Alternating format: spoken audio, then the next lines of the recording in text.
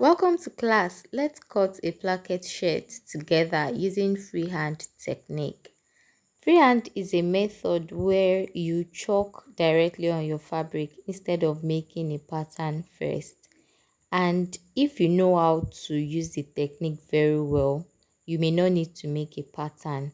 But the limitation to this technique is that there are some designs you will not be able to sew without using a pattern.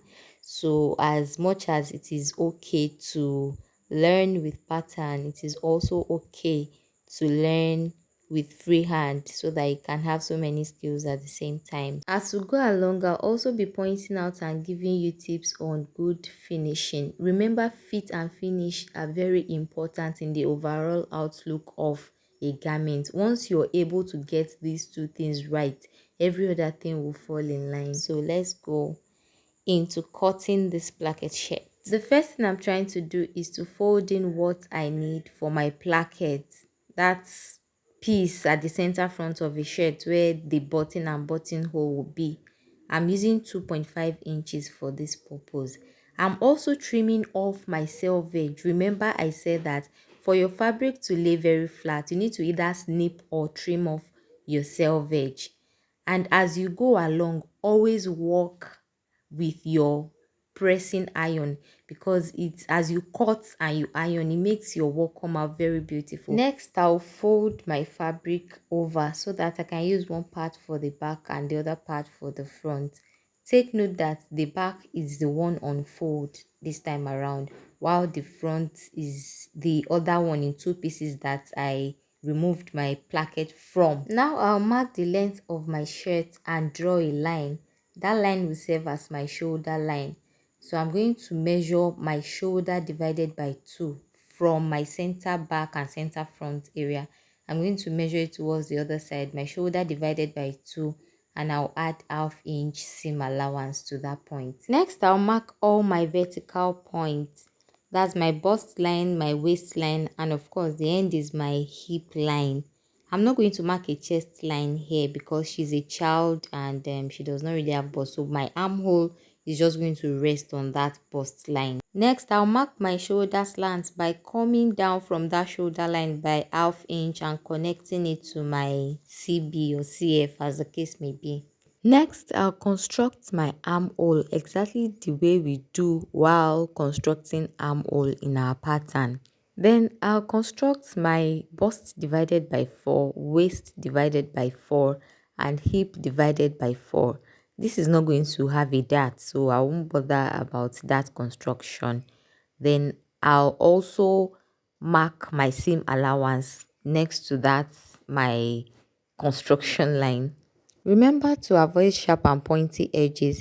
I have to go up my side by 1 inch or 1.5 inches and then slant it towards my CF and CB. I'm done constructing the major part of the bodice now. I'll go ahead and cut it out on my seam allowance line. Next thing I'll mark out is my neckline, and I'm going to be marking my back neckline first. I'll mark and cut out on both the front and the back. After which I'll set aside the back and do some more alterations on the front by going in from my armhole region. Because she's a child, I'm using about 0.25 inches.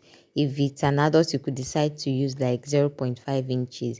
Remember, the armhole area at the front is always narrower than that of the back, so that's what I am trying to effect here.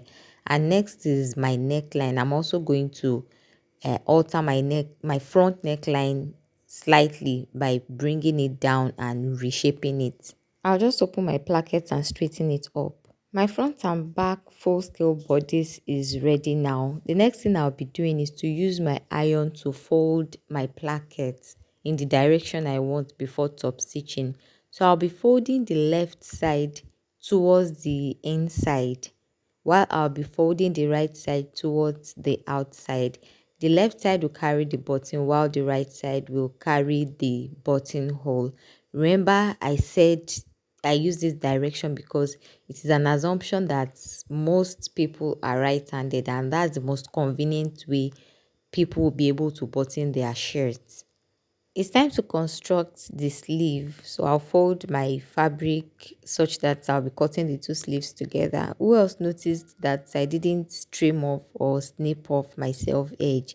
This is because all my drafting and cutting is not going to get to my self edge. I did it intentionally just so you know that it is important to know what you're doing and apply your creative mind. Eventually I'm going to be cutting off the sleeve and the selvage you have nothing to do with it eventually.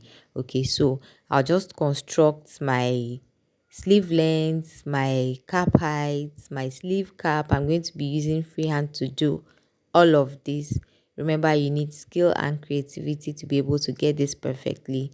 I would mark my sleeve, I mean my sleeve band, also the edge of my sleeve around the hem. This sleeve will have a cuff, so I'm going to mark everything I need minus the length of my cuff, and I'm going to cut out. Here, I'm just trying to cut out what I need for my cuff. I'll cut out my desired collar after joining my shoulder line. I'll be using Peter Pan collar for this project. So all my pieces are ready. Thanks for joining me in this class. Bye.